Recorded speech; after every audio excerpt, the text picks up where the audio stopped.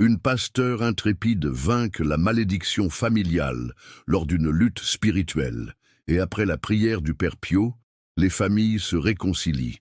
Dans le petit village de Floreval, enveloppé dans un mystère épais comme le brouillard qui descend chaque soir des collines, se dressait un vieux presbytère aux pierres usées. Ici, au cœur de cette communauté marquée par un lourd héritage, vivait Éléonore, une pasteur au courage inébranlable. Les habitants murmuraient souvent en se croisant, évoquant les histoires d'une malédiction familiale, transmise de génération en génération, qui avait fait perdre la joie de vivre aux âmes de Floreval. Éléonore, elle, croyait que ces légendes étaient plus que des contes. Elle portait un poids terrible sur ses épaules. Sa propre famille était touchée par cette malédiction. Des ancêtres brisés, des trahisons qui avaient déchiré le tissu même de leur existence. Éléonore en était la dernière héritière. La douleur de cette lignée pesait sur son cœur comme un fardeau infini.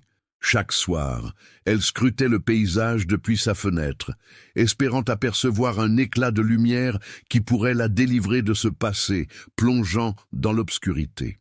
Un crépuscule d'automne, alors que les feuilles mortes dansaient au gré du vent, Éléonore prit une décision. Elle se tournerait vers les cieux pour demander l'aide d'un saint, le Père Pio, le célèbre mystique connu pour ses guérisons et ses intercessions puissantes. Sa réputation traversait non seulement les frontières, mais les âges. « Si quelqu'un peut libérer Floreval de cette malédiction, c'est bien lui », se répétait-elle dans un souffle, tandis qu'elle préparait une prière fervente, son cœur battant à l'unisson des derniers rayons de soleil.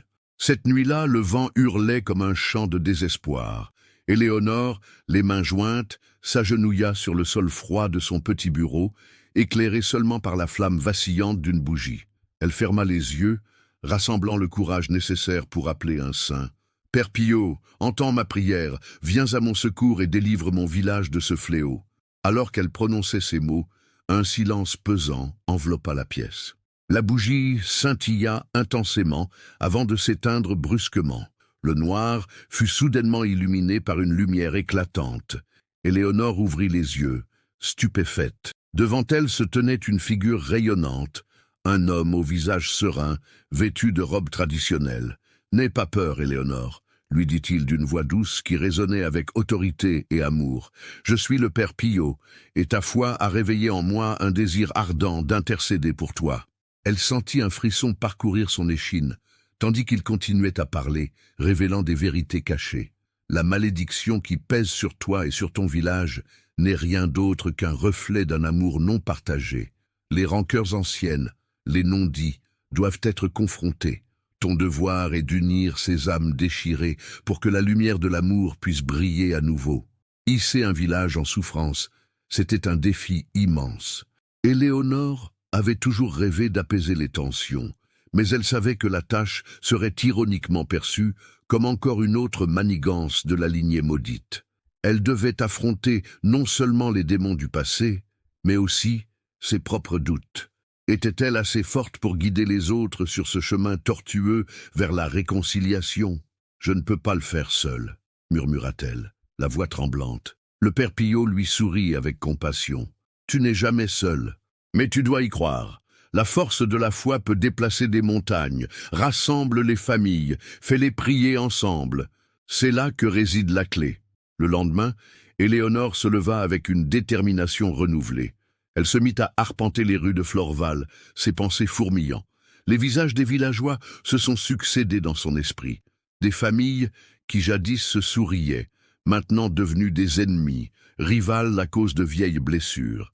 Elle savait que le chemin serait ardu, mais quelque chose en elle s'éveillait. Entre rituels de prière et confrontations intenses, elle commença à peindre un tableau vivant de réconciliation. Les mots du Père Pio résonnaient dans son cœur, tandis qu'elle rassemblait hommes et femmes, écoutant leurs histoires, leurs peines, leurs rancœurs. Les larmes coulaient, mais avec elles naissait une étincelle d'espoir. Éléonore ne redoutait plus la douleur. Elle l'embrassait. Chaque échange, chaque prière murmurée devenait une pierre sur le chemin de la guérison collective. En unissant les cœurs, elle brisait la chaîne de la malédiction. Les fantômes du passé, bien qu'enchâssés dans l'ombre, commençaient à perdre leur emprise sur le présent. Et c'est au crépuscule d'une nouvelle lune, lorsque les prières avaient atteint leur paroxysme, que quelque chose de magique se produisit. Les familles, main dans la main, levant les yeux vers le ciel, s'agrippèrent à l'instant de l'intercession. La lumière du Père Pio brillait déjà parmi eux. Éléonore savait qu'ils étaient proches du dénouement. Mes chers frères et sœurs en Christ, avant de continuer avec ce message révélé au Padre Pio, vérifiez maintenant le bouton rouge ci-dessous pour confirmer que vous restez inscrits à notre chaîne de bénédiction. Le Padre Pio a révélé que l'ennemi ne veut pas que vous receviez ces messages de foi, car en vous inscrivant, votre nom entre automatiquement dans notre liste de prières quotidiennes, recevant l'intercession spéciale du Padre Pio, lui-même au ciel, près du trône de Dieu. Éléonore savait qu'ils étaient proches du dénouement. Mes chers frères et sœurs en Christ, avant de continuer avec ce message révélé au Padre Pio, vérifiez maintenant le bouton rouge ci-dessous pour confirmer que vous restez inscrits à notre chaîne de bénédiction. La voix de la pasteur résonnait dans l'air chargé de tension, entourée par les familles unies dans cet acte de foi. Alors qu'elle plaidait avec ferveur pour la réconciliation, son cœur battait l'heure. Elle sentait l'énergie des prières collectives comme une vague, nourrissant ses espérances. Cependant, en dépit de cet élan prometteur, une ombre persistait au-dessus de Floréval. Tiraillée entre les promesses de guérison et les échos des blessures passées, Éléonore était consciente que la route vers la réconciliation était semée d'embûches. Au fond d'elle, une peur sourde persistait, celle que la malédiction se fasse à nouveau sentir, la plongeant dans le désespoir. Ce sentiment de vulnérabilité était insupportable, mais elle s'accrochait au message de Padre Pio, comptant sur sa lumière pour dissiper l'obscurité menaçante. Dans les jours qui suivirent, l'atmosphère de Floréval changea, mais pas autant qu'Éléonore l'avait espéré. Bien que la plupart des villageois se fussent joints à ses prières, son propre père, Henri, restait sourd à son appel. Il arborait une lourdeur dans ses traits, marquée par des rancœurs anciennes. Éléonore avait retrouvé son père, qui l'avait tant blessé dans son enfance par sa distanciation et son silence. Assise à la table, un café fumant à la main, elle voyait le chemin de réconciliation s'éloigner, malgré les promesses faites aux autres. « Pourquoi refuses-tu de participer aux prières, père ?» s'écria-t-elle un soir, la passion l'animant. Henri leva les yeux, et sa mâchoire se crispa. « Ces prières ne changeront rien, Éléonore.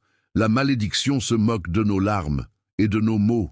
Elle nous suit depuis trop longtemps. » Éléonore sentit un froid glacial envahir son cœur. La distance entre elle et son père, sa propre chair, semblait insurmontable. « Si tu ne crois même pas, comment peux-tu espérer voir la lumière ?» répondit-elle, le désespoir tintant sa voix. Il se leva révolté et quitta la pièce, laissant Éléonore seule, secouée par une douleur intense. « Encore une autre défaite, » se murmura-t-elle. Dans ce moment de solitude, elle chercha du réconfort auprès du Père Pio. Elle s'agenouilla, se laissant porter par ses pensées, et une résolution nouvelle émergea. Elle devait aller au-delà de son propre désarroi. Elle devait aider son père. Éléonore se mit à la recherche d'écrits de Padre Pio, des témoignages de ceux qui l'avaient guéri, persuadée qu'un miracle était possible pour son père. Elle prit contact avec des dévots au-delà des frontières de Floréval, soudant des liens avec une communauté large, diffuse et vibrante. À chaque lettre reçue, à chaque partage d'histoires de guérison, elle alimentait la flamme de l'espoir dans son cœur. Mais au fur et à mesure que les jours passaient, un autre obstacle surgit sous la forme de Jeannette, la femme du boulanger du village, qui, rongée par une jalousie brûlante, voyait l'unification des familles comme une menace. Elle rassemblait déjà les voix de l'opposition, persuadée que la malédiction apportait plus de puissance à son mari, lui conférant une suprématie que Floréval ne devait pas perdre. En entendant des murmures dans la rue, Éléonore sut qu'elle avait affaire à une ennemie de l'intérieur. Les ruelles escaladèrent lorsqu'un rassemblement fut organisé par Jeannette, où elle osait parler de la malédiction comme d'un sort jeté par ceux qui prenaient part aux prières. Éléonore, n'étant pas du genre à reculer, s'y rendit, déterminée à défendre son rêve de réconciliation. Lorsque Jeannette l'aperçut, elle s'empressa de la désigner du doigt. « Regardez, l'héritière de la lignée maudite, pensez-vous qu'elle puisse nous mener vers la lumière ?» Le ricanement fut palpable, et une vague de murmures la submergea. Éléonore se sentit mourir sur place, mais, piquée dans son orgueil, elle s'avança. « Oui, je suis Éléonore, mais je ne vous demande rien d'autre que d'ouvrir vos cœurs. Ce n'est pas moi qui apporte cette malédiction, c'est notre ignorance qui la nourrit. En unissant nos forces, nous pouvons briser nos chaînes. » Son cœur s'affolait, mais sa voix empreinte de conviction portait, tandis que ceux qui la soutenaient commençaient à murmurer des mots d'applaudissements timides. Les jours passèrent avec des tensions palpables dans l'air. Les familles de Floréval, tirées entre le désir de réconciliation et les manigances de Jeannette, se trouvaient sans cesse à la croisée des chemins, comme des bateaux pris dans la tempête. Éléonore étrécissait son cercle, essayant de retenir l'attention des familles qui souhaitaient vraiment changer les choses, tout en luttant contre les murmures de la peur et de la suspicion. À la tombée de la nuit, alors que le village s'éveillait sous un clair de lune apaisant, Éléonore se sentait toujours accrochée à la promesse de Padre Pio. Elle savait que l'intervention divine était proche, qu'elle luttait contre des puissances qui dépassaient l'entendement. En son fort intérieur, elle avait la conviction d'un événement crucial à venir, quelque chose qui allait asséner un coup fatal à la malédiction, mais à quel prix? Elle se tourna alors vers la fenêtre, l'âme enflammée par la conviction que le combat n'en était qu'à ses débuts. Les étoiles scintillaient au-delà des collines, et un frisson parcourut son échine en imaginant l'avenir incertain. Tout semblait fragile, prêt à se briser à tout moment. Éléonore ferma les yeux et souffle une prière silencieuse vers le ciel, alors qu'une ombre furtive glissait dans la nuit. Quelque chose de sinistre semblait se profiler à l'horizon, prêt à déranger les eaux déjà troublées. Éléonore ferma les yeux et souffla une prière silencieuse vers le ciel, espérant que les forces qui l'entouraient comprendraient l'urgence de son appel. La nuit tombait, et l'air s'alourdissait d'une atmosphère presque palpable d'angoisse. La silhouette fugace aperçue à travers la fenêtre ne tarda pas à devenir une source de préoccupation. Éléonore, au fond d'elle-même, avait la conviction que la malédiction s'était éveillée. Dans cette obscurité, un frisson glacial serpentait, ravivant ses pires angoisses. Les villageois étaient en proie à des doutes de plus en plus grands, gangrenés par le sentiment que la lumière tant espérée ne serait qu'une illusion fugace. Après l'affrontement avec Jeannette, Éléonore avait observé un changement dans les visages des villageois.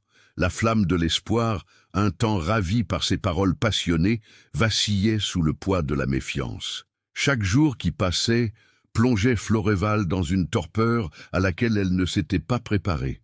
La nuit suivante, Éléonore, toujours insatisfaite et impatiente, prit la décision de rencontrer ses amis les plus chers, ceux qu'elle savait encore ouverts à la réconciliation, pour discuter des défis à venir. Ils se réunirent au presbytère, où les murs tenaient en eux des récits de luttes passées et d'espoirs inébranlables.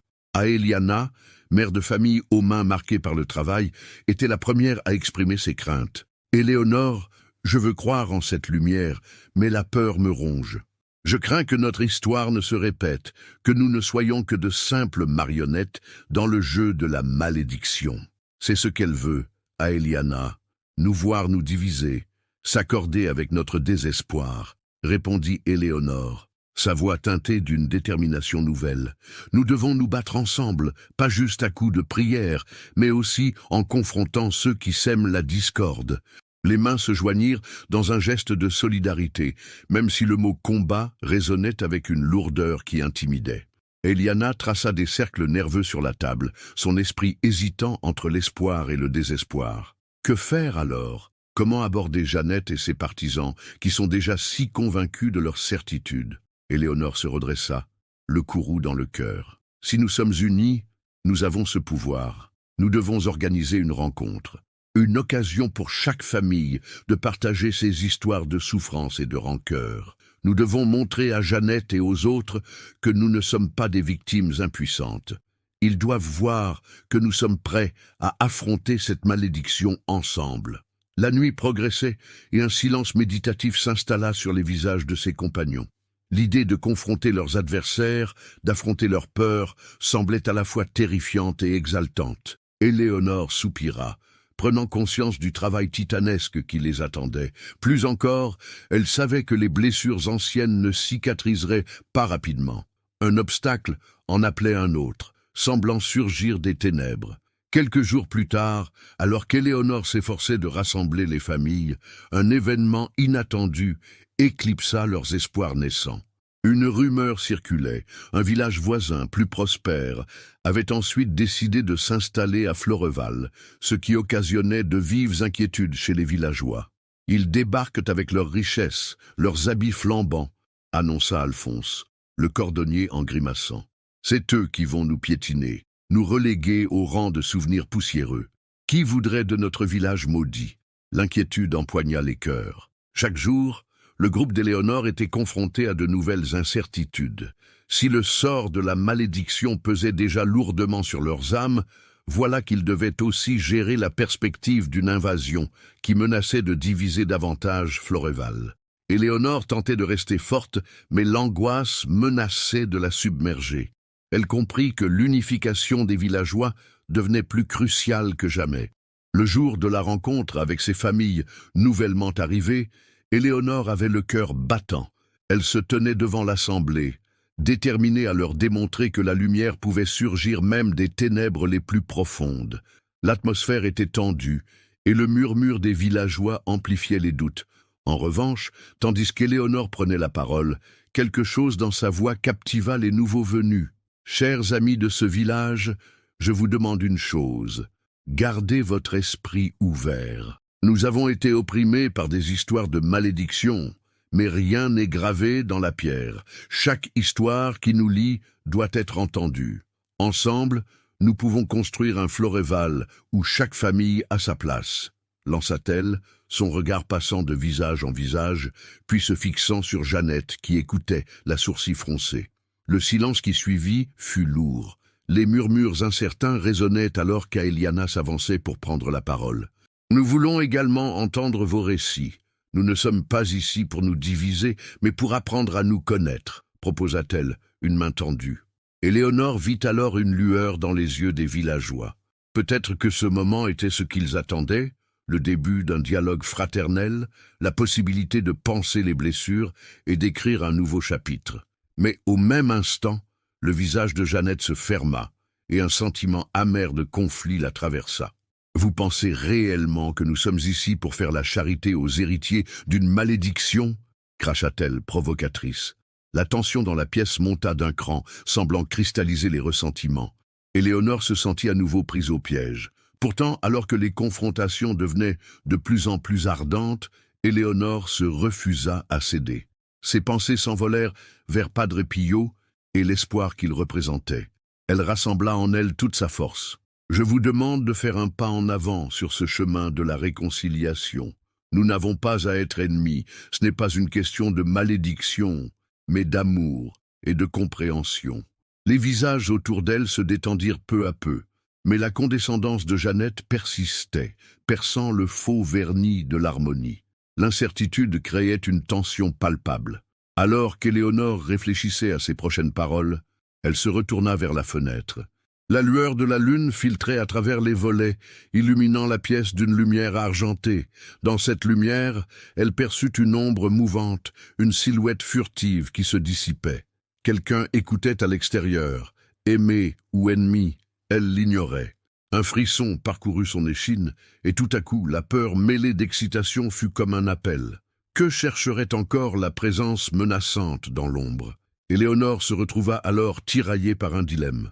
Devait-elle continuer à lever la voix pour défendre le rêve d'un Floreval uni, tout en gardant un œil sur cette force extérieure? Ou devait-elle, au contraire, se méfier de la division qui grandissait au sein des familles? Les voyait-elle des ennemis, ou était-il temps de chercher ce qu'elles avaient encore en commun? Le mystère s'épaississait. Dans l'obscurité, les étoiles brillaient encore, comme un signe que les jours à venir seraient décisifs. Éléonore devait choisir son chemin, mais dans cette course rapide, la lumière et l'ombre se mêlaient, laissant présager que la guerre des cœurs était loin d'être terminée. Éléonore sentit le poids du monde sur ses épaules. son cœur battant à l'unisson de cette tension palpable. Le silence dans la pièce semblait accumuler l'énergie de chaque regard, chaque murmure, prêt à exploser. Alors qu'elle se tournait vers les visages familiers de Floreval, elle comprit que la confrontation avec Jeannette et les réticents était plus qu'un simple débat. C'était une chance de briser des chaînes invisibles, de transcender des histoires tragiques pour refaire un avenir partagé. « Je vous en prie », commença Éléonore, sa voix un mélange de passion et de vulnérabilité. « Nous avons tous été touchés par la malédiction, mais elle ne définit pas qui nous sommes. Nous avons le pouvoir de choisir notre destin ensemble. » Jeannette, le visage tordu par le scepticisme, se leva. « Choisir ? Choisir après tant de déceptions, après tant de souffrances. Ne voyez-vous pas que nous sommes des cibles faciles, des victimes de notre propre histoire ?» Son ton était tranchant comme une lame, mais Éléonore ne se laissa pas abattre. « Si nous restons divisés, alors oui, nous serons toujours des victimes.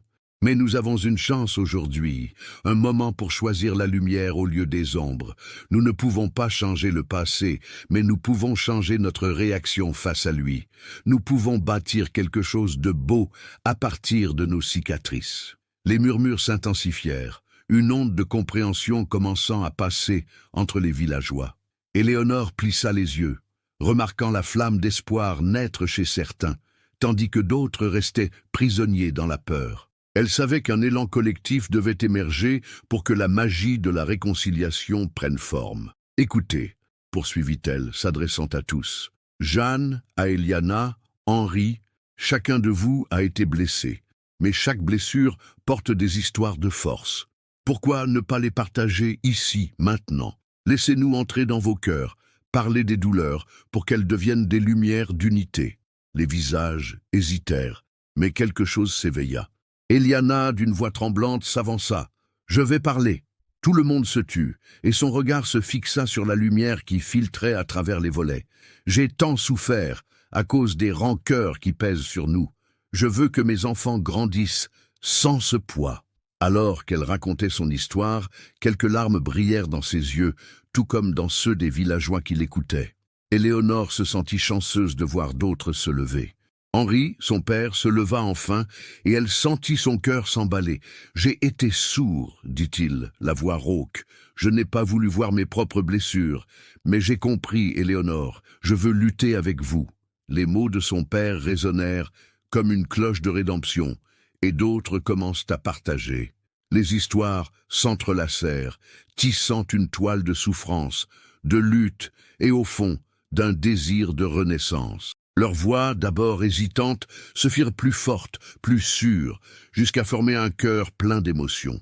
Finalement, ce fut Jeannette, elle aussi touchée par cette vague de vulnérabilité, qui, avec un ton plus doux, avoua « J'ai craint de perdre l'identité de mon mari, une peur ancrée au fond de moi.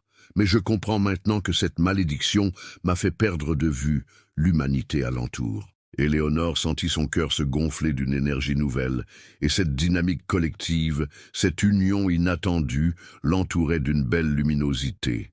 La lumière de la lune, qui se faufilait à l'intérieur, remit en exergue un tableau d'espoir. Alors, unissons nos voix, nos histoires, pour vaincre la malédiction, s'exclama Éléonore, la passion illuminant son regard. Le groupe rejoignit ses mains, les yeux fixés vers le ciel. Dans cet instant suspendu, ils murmurèrent des paroles de prière vers le Père Pio. Éléonore sentit une chaleur se répandre autour d'elle, suffisante pour dissiper les doutes et embraser l'espoir. Le soir se transforma en un moment magique, où la lumière de la solidarité et de la foi chassa progressivement l'ombre de la malédiction. Du plus profond de leur être, ils sentirent un souffle nouveau, un élan vers quelque chose de plus vaste que chacun d'eux. Les jours qui suivirent cette union incroyable marquèrent le début d'un renouveau à Floreval. La rumeur des nouvelles familles s'estompa, et une atmosphère de renaissance émana du village. Éléonore, au cœur de cette transformation, choisit de guider les villageois vers des solutions concrètes pour bâtir une communauté solide. Les familles commencèrent à se rassembler autour de projets communs, réparant les maisons en mauvais état, organisant des fêtes pour célébrer leur renouveau et soutenant leurs enfants dans la création d'une nouvelle histoire. Jeannette, réconciliée avec sa propre peur, se déclara investie dans le village qu'elle avait jadis voulu voir prospérer au détriment des autres. Éléonore, une pasteur au cœur indomptable, savait que ce changement n'était que le début. Les échos de Padre Pio résonnaient encore dans ses prières, la guidant à travers les turbulences de cette nouvelle aventure. Elle avait désormais l'arme de la communauté à ses côtés, une force née non seulement de la souffrance, mais aussi de la volonté de s'élever ensemble. Un soir, alors qu'elle regardait le village s'animer sous le ciel étoilé de Floreval, Éléonore sentit une paix nouvelle envahir son cœur. Même dans l'incertitude, elle avait compris que chaque lutte pouvait devenir un chemin vers la lumière. Tout en suivant cette route, elle savait qu'il ne fallait jamais perdre de vue les histoires de chacun, car c'était elle qui créerait les fondations d'un avenir radieux. Épilogue. Des années passèrent. Floreval, autrefois embourbée dans le poids des malédictions et des ombres, était devenue une communauté vibrante, où la solidarité rayonnait dans chaque sourire. L'histoire de la réconciliation, initiée par Éléonore, était une source d'inspiration pour d'autres villages, démontrant que même les chaînes les plus lourdes peuvent être brisées. Éléonore était devenue une figure aimée, éternelle gardienne de la lumière et porteuse d'une foi inébranlable. Les histoires des ancêtres étaient racontées non comme des malédictions, mais comme des récits de force, une lumière pour ceux qui désiraient s'en inspirer. Et parfois, lors des nuits étoilées, elle se tournait vers le ciel, confiante que la rédemption est toujours possible pour ceux qui choisissent d'écouter leur cœur. Chers frères et sœurs, aujourd'hui, je vous salue avec toute l'affection que je ressens pour vous, cette belle communauté de croyants qui, ensemble, avance sur le chemin de la vie. Bien que ce chemin se présente souvent semé d'embûches, il est aussi illuminé par l'espoir et l'amour. L'histoire d'Éléonore et du village de Floreval nous rappelle que même dans les moments d'obscurité, il existe une lumière qui peut nous guider vers la réconciliation et la paix. En parcourant les événements de cette histoire, je ne peux m'empêcher d'être touché par la façon dont Éléonore, cette pasteur intrépide, a fait face à la malédiction qui pesait sur sa famille et son village. La force de son caractère et sa détermination à chercher une solution spirituelle, en s'adressant même au Père Pio, montrent que la foi peut être un puissant vecteur de transformation. Alors, que pouvons-nous apprendre de cette histoire et comment ces enseignements peuvent-ils être appliqués dans nos propres vies? D'abord, regardons cette malédiction familiale dont Éléonore et son village souffraient. Cela évoque chez nous des réflexions sur les poids du passé. Qui parmi nous n'a pas ressenti les chaînes des expériences vécues? Les blessures et les rancœurs que nous portons souvent nous affectent profondément. Ces cicatrices, parfois invisibles, façonnent nos interactions, nos choix et nos engagements.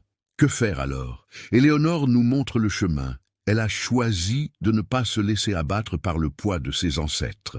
Elle a eu le courage d'affronter le passé tout en levant les yeux vers l'avenir, ce qui nous indique qu'une réaction est toujours possible face à l'adversité.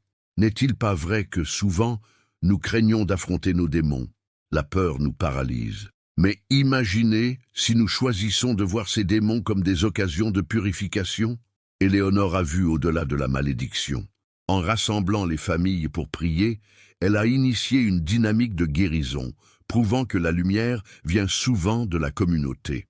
Ensemble, ils ont pris la décision de se libérer des chaînes, ce qui nous rappelle l'importance de partager nos fardeaux. Quand nous prions ensemble, quand nous partageons nos histoires, nous brisons l'isolement qui nous retient prisonniers. L'une des leçons essentielles de cette histoire est que l'engagement personnel est un facteur clé de changement. Éléonore n'a pas agi seule. Elle a rassemblé les villageois autour d'un même but. Dans notre quotidien, comment pouvons-nous imiter cet exemple? En étant proactifs, en prenant des initiatives pour résoudre les conflits. N'avons-nous pas tous quelqu'un autour de nous, peut-être un membre de la famille ou un ami, qui souffre de vieilles rancunes? Pourquoi ne pas les approcher avec bienveillance pour offrir un espace de réconciliation? La force d'Éléonore résidait dans sa capacité à établir un dialogue, à écouter et à réunir. Ensuite, souvenons-nous du moment où Éléonore fait appel à l'intercession du Père Pio. Cela nous rappelle le pouvoir de la prière et de la foi. Quand tout semble sombre, elle s'adresse à un saint dont les guérisons sont légendaires. Qu'en est-il pour nous? Combien de fois avons-nous attendu un changement sans vraiment prier? La prière doit être notre refuge, un outil pour dépasser nos doutes et raviver notre conviction. Elle nous offre un moyen de connecter notre humain au divin. Et je me pose une question, que se passerait-il si nous commencions à prier ensemble, ici et maintenant? Imaginez les changements que nous pourrions voir dans nos vies, dans nos relations, dans nos communautés. Nous avons à notre portée un merveilleux pouvoir, celui de prier, d'intercéder, non seulement pour nous-mêmes, mais aussi pour les autres. La foi d'Éléonore est une puissante invitée à la prière collective, un lien permettant de puiser de la force ensemble. Nous entendons aussi l'évolution de Jeannette, figure du doute et de l'opposition. Ce personnage illustre la résistance que nous pouvons rencontrer lorsque nous cherchons à offrir l'amour et la réconciliation. L'apparition de tensions appelle à un moment de confrontation, mais aussi d'écoute. N'avons-nous pas tous un Jeannette dans nos vies, une personne qui semble s'opposer à notre vision d'un monde meilleur? La clé est d'user de patience, de bienveillance, de compassion, tout en continuant à croire à la possibilité de changement. La transformation ne se produit pas en un jour, mais par de petits gestes répétés. L'exemple d'Éléonore nous apprend également l'importance d'accueillir nos peurs. Elle a connu l'angoisse et l'incertitude. Pourtant, elle a choisi d'affronter ses émotions. Dites-moi, frères et sœurs, combien de fois avons-nous laissé nos peurs dicter nos décisions? Éléonore, elle, a su transcender ses angoisses en unissant les cœurs. Cela nous incite à voir nos propres défis comme des occasions d'apprentissage, de croissance, et non comme des obstacles insurmontables. Enfin, à la lumière des événements décrits, comment pouvons-nous appliquer ces enseignements au quotidien? Engageons-nous à être des artisans de paix. Commençons par nous-mêmes, par examiner nos propres histoires de souffrance. Qui parmi nous a encore besoin de pardon, de réconciliation, de guérison? Ouvrons le dialogue, partageons nos luttes et soyons prêts à écouter. Ne dédaignons jamais le pouvoir de la prière, que nous soyons seuls ou en communauté. Alors, chers amis, serons-nous prêts à suivre le chemin d'Éléonore, prêts à prier ensemble pour briser les chaînes qui nous retiennent? L'histoire de Floreval nous rappelle que la lumière peut triompher des ténèbres. Malgré les doutes et les peurs, unissons nos voix pour créer un monde où l'amour est plus fort que la malédiction. Le chemin sera peut-être long et semé d'embûches, mais il sera aussi porteur d'espoir et de lumière. Qui sait quelles merveilles peuvent naître de notre détermination à pratiquer la réconciliation et la foi? Ainsi, frères et sœurs, je vous invite à garder cette conviction dans votre cœur. Rappelez-vous qu'ensemble, main dans la main, nous pouvons nous lever et faire briller la lumière de l'amour dans ce monde. Écoutez l'appel du Père Pio et laissez ses intercessions guider chacun de nos pas. Qui sait ce qui peut émerger de cette étreinte d'espoir? Les promesses de demain attendent d'être vécues, et c'est à nous de les réaliser. Il est primordial de reconnaître que les forces spirituelles à l'œuvre dans nos vies dépassent souvent notre compréhension. Nous pouvons parfois voir la paix dans la réconciliation, mais souvent, derrière nos échecs à nous unir, se cachent des influences sombres qui cherchent à nous tirer vers le bas. Qui parmi vous a déjà ressenti cette ombre oppressante, ce poids inexplicable dans l'âme qui vous empêche d'avancer? N'est-il pas vrai que nous ressentons parfois une tension intangible dans nos esprits, même lorsque nous croyons prier avec ferveur? Dans notre cheminement spirituel, il est essentiel d'être à l'affût des pièges que l'ennemi tend. Il m'est apparu, par la grâce divine, que le chemin de la lumière est souvent embourbé par les scories du mal. Jeûner et prier, ce sont des actions vitales, mais savez-vous que les esprits déchus s'infiltrent là où les cœurs sont lourds de rancœur, où les voix sont retenues par la peur? Avez-vous déjà constaté qu'un simple murmure de culpabilité peut ouvrir la voie à de graves entraves spirituelles? Vous n'êtes pas seul dans cette lutte. Comme Éléonore, qui a dû faire face à tant de doutes, vous devez reconnaître qu'il y a des chaînes que vous devez briser, non seulement pour vous, mais aussi pour celles et ceux qui vous entourent. Dans cette réalité spirituelle, il existe un danger non perçu qui sournoisement s'immisce dans nos vies, souvent par le biais de la division, la méfiance et l'égoïsme. Dans les ombres, des forces obscures attendent, ricanantes, comme des spectres, prêtes à profiter de notre faiblesse. J'ai vu cette dynamique dans de nombreuses âmes, leur lumière vacillant sous le poids des inquiétudes. Lorsque les cœurs demeurent enfermés, séparés et silencieux, la tentation se renforce et elle prend racine. Loin d'être une lutte individuelle, cela devient une bataille communautaire. Ainsi, vous devez vous poser des questions. Quelles sont les vérités cachées qui se trouvent au-delà de votre propre perception? Qui, dans votre cercle, pourrait être la clé pour libérer ces entraves? Je ressens en mes entrailles une nécessité pressante de vous appeler à l'action. Une action qui exige courage et détermination. Maintenant que vous avez compris cette vérité spirituelle cachée, je vous lance un défi. Mais ce n'est pas un défi ordinaire. Seuls ceux qui sont vraiment engagés dans leur foi et prêts à agir seront capables de le mener à bien. Êtes-vous l'un d'eux? Avez-vous le cœur assez vaillant pour briser ces chaînes et prier pour vos proches tout en devenant cette lumière dans l'obscurité?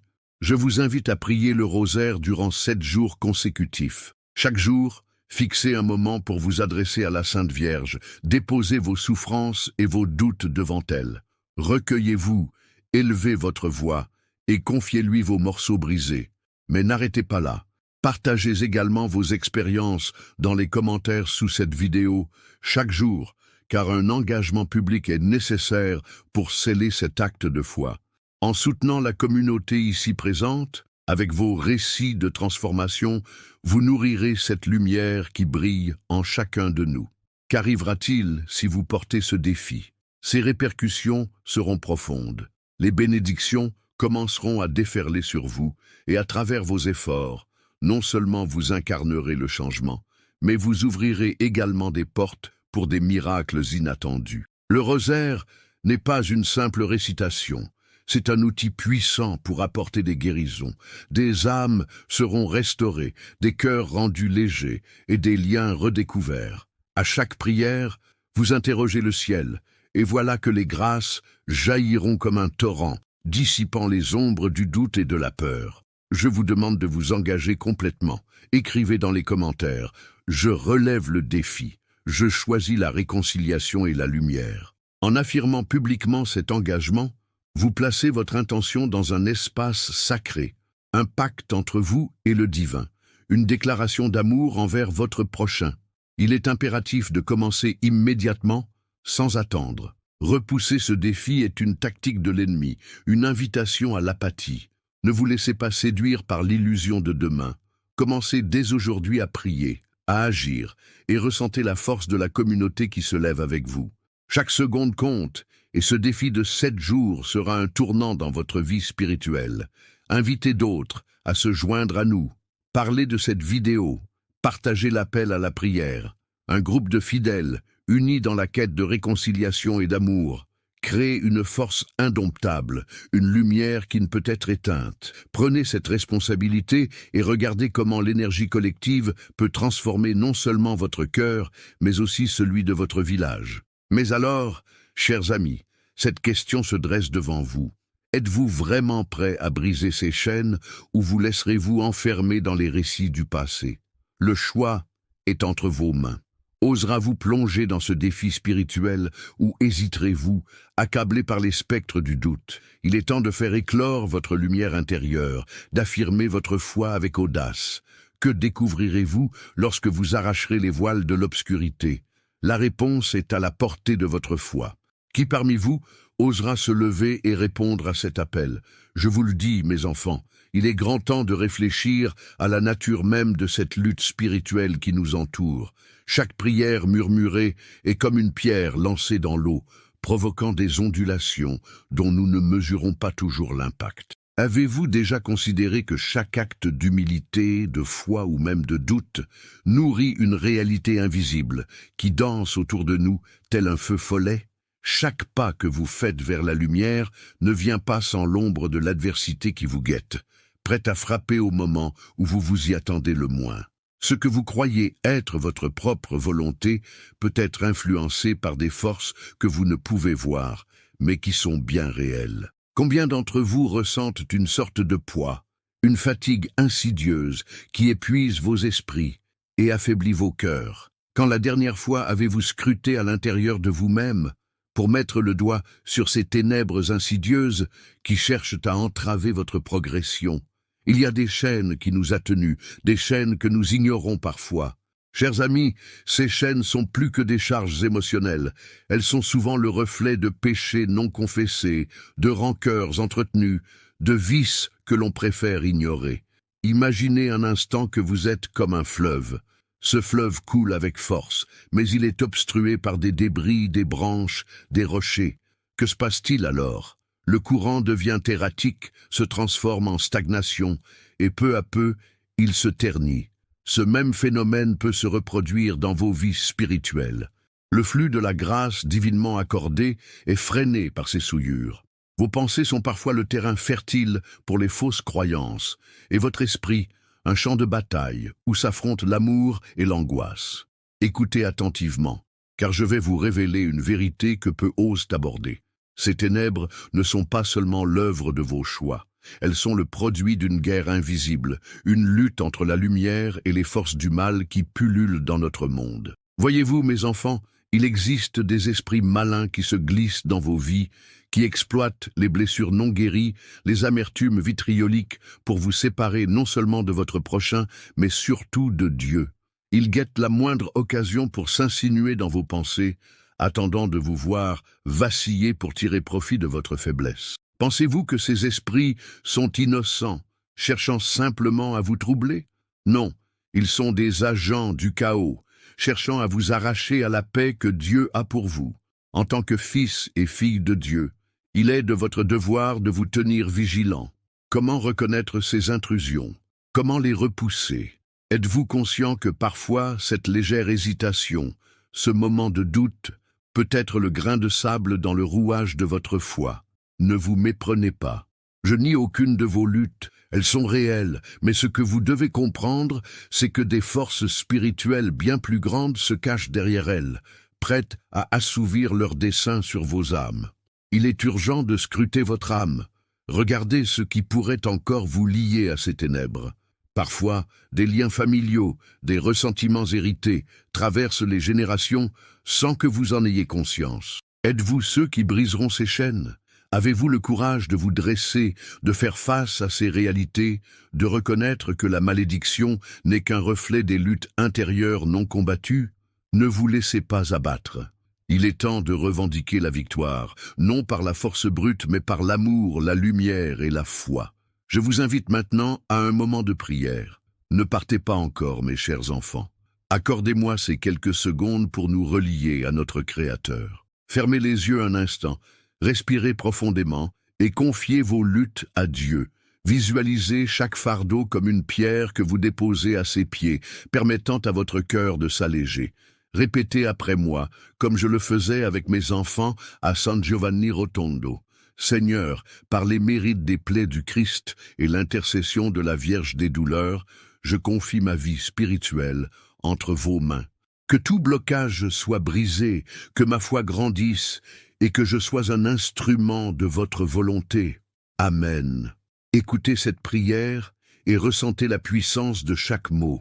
En prononçant cela, vous commencez un chemin vers la libération. Mais attendez, ce n'est pas tout. Il y a une prière encore plus puissante, un trésor caché que je vous invite à évoquer dans les jours à venir. C'est une prière que j'ai enseignée à mes fidèles, un appel au Sacré-Cœur, le cœur même de l'amour divin. Ce cœur, où les souffrances de chaque âme trouvent refuge, une force capable de renverser les plans de l'ennemi et d'ouvrir les vannes de la grâce. Cette prière peut déchaîner des miracles, libérer des détenus de l'ombre et apporter des guérisons au cœur brisé. Je veux que vous vous prépariez, mes enfants, à adopter cette dévotion avec sérieux. Engagez-vous à prier le Sacré-Cœur, car par ce cœur, les âmes souffrantes peuvent rencontrer un amour transcendant. Quand vous invoquez cette prière, attendez-vous à sentir la puissance du ciel se déverser sur vous. Vous expérimenterez des transformations, des guérisons personnelles et qui sait même des miracles physiques. Alors mes enfants, Sachez que ce que vous faites ici n'est pas un acte isolé, c'est un mouvement du ciel, une réponse à vos cris. Le chemin vers la lumière est pavé de prières, et un bonheur indescriptible vous attend si vous vous engagez ensemble dans cette quête sainte. Observez les changements dans votre vie, soyez attentifs aux signes. Chaque cellule de votre être est appelée à participer à ce renouveau spirituel. Je vous rappelle que la lutte est grande, mais votre foi est plus grande encore. Soyez le phare dans l'obscurité, car la lumière est toujours plus forte que les ombres. Aimez-vous les uns les autres, unissez vos cœurs en prière et laissez ce lien précieux vous protéger contre les forces qui cherchent à vous séparer de l'amour de Dieu. Vous devez être vigilants, car le chemin est étroit, et seuls ceux qui persévèrent dans la foi seront fortifiés. Ensemble, marchons vers cette lumière, les enfants, car chaque pas que vous faites avec amour et foi vous rapproche du ciel. Alors que nous réfléchissons à la portée profonde des révélations sur le Padre Pio, il devient clair que sa vie était une danse sacrée entre douleur et lumière, entre souffrance humaine et transcendance divine. Chaque stigmate sur son corps était une manifestation tangible de l'amour qu'il portait pour le Christ, un amour qui l'amenait à un sacrifice quotidien, renouvelant ainsi le message de l'Évangile à travers son existence. Dans les recoins sombres de la souffrance, il a brillé de 1000 feux, et ses prières, remplies de compassion, sont devenues des ponts vers la guérison pour d'innombrables âmes perdues dans l'obscurité. Les miracles qui s'épanouissent autour de son intercession sont nombreux et résonnent à travers les âges, des histoires de guérison inexplicables, de réconciliation poignante et de vie transformée. Qu'il s'agisse de la simple prière d'un fidèle transmise à travers les âges, ou du cri désespéré d'un cœur brisé, Padre Pio a toujours été là, répondant d'une manière qui témoigne d'un amour bien plus grand que ce que nous pouvons comprendre. Il a fallu beaucoup de courage à ceux qui ont tendu leurs mains vers lui, mais comme il l'a démontré par sa propre vie, la foi exempte de doute peut déplacer des montagnes. Le véritable héritage du Padre Pio réside non seulement dans les miracles qu'il opère, mais aussi dans la manière dont il nous invite à nous engager dans notre propre parcours spirituel. Sa vie nous enseigne que chaque douleur peut être offerte pour le bien des autres, chaque affront peut être transformé en une opportunité de grâce. Sa présence continue en tant que saint apporte une lumière dans nos moments les plus sombres, nous rappelant que, même à travers les combats les plus intenses, nous ne sommes jamais seuls. Il vit dans notre quête de sainteté et dans les défis quotidiens que nous affrontons, il nous enseigne une leçon précieuse, que la foi, une foi enracinée, peut devenir une force indomptable, capable de renverser l'adversité et d'inspirer la guérison au sein de nos communautés.